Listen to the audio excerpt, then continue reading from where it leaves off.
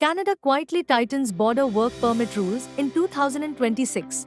Canada has significantly changed how foreign workers can obtain work permits at the border. And the shift is bigger than many applicants realize.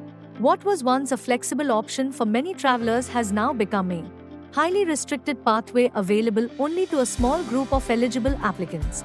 Immigration, Refugees and Citizenship Canada has gradually moved work permit processing into online systems to improve security screening, reduce border congestion, and prevent misuse of temporary immigration pathways.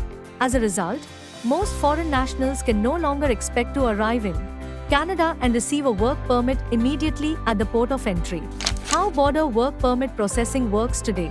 Today, there are only two ways a work permit can be finalized at a Canadian border. The first is a direct border request, where a very limited group of eligible travelers can apply directly to a Canada Border Services Agency officer upon arrival. These applications are assessed immediately, but approval depends fully on documentation, eligibility, and officer discretion.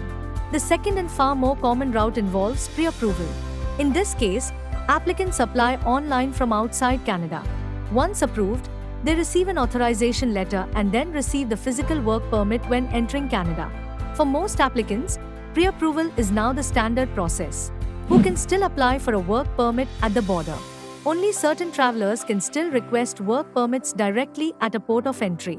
In most cases, applicants must be visa exempt, eligible for an electronic travel authorization, and fully qualified for the work permit category they are requesting.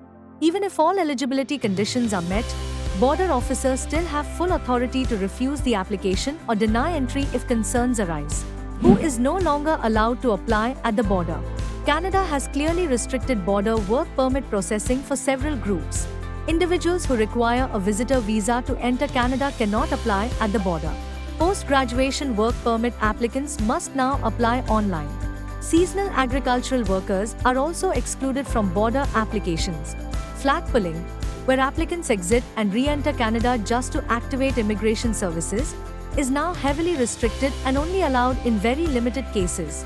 These changes show Canada's strong push toward pre-arrival screening and planned immigration processing. Work permits still possible at ports of entry. Employer-specific work permits remain the most commonly issued permits at borders when all requirements are met. For LMI-based jobs, applicants must show a valid job offer, approved LMI details, and proof of qualifications. For LMI-exempt roles under international agreements or public policy, applicants must carry proof of exemption eligibility, job offer documentation, and employer compliance records.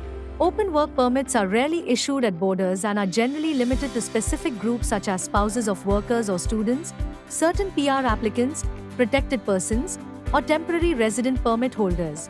Additional factors that can affect border approval. Medical exams may be required before travel for applicants working in healthcare or coming from certain countries. Biometrics usually cannot be completed at borders unless specific facilities are available. Workers leaving Canada while waiting for permit decisions may also lose work authorization upon return until a new permit is issued. Conclusion: Canada's message is clear.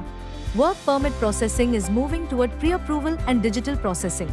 Border applications are now an exception, not the norm. Foreign workers planning to work in Canada should confirm eligibility early and avoid relying on border processing unless they are clearly eligible. This is the end of today's video update. We hope you found it helpful. Thank you for watching. And if you enjoyed the video, hit the like button, subscribe to our channel, and press the bell icon to stay updated with the latest Canada immigration news.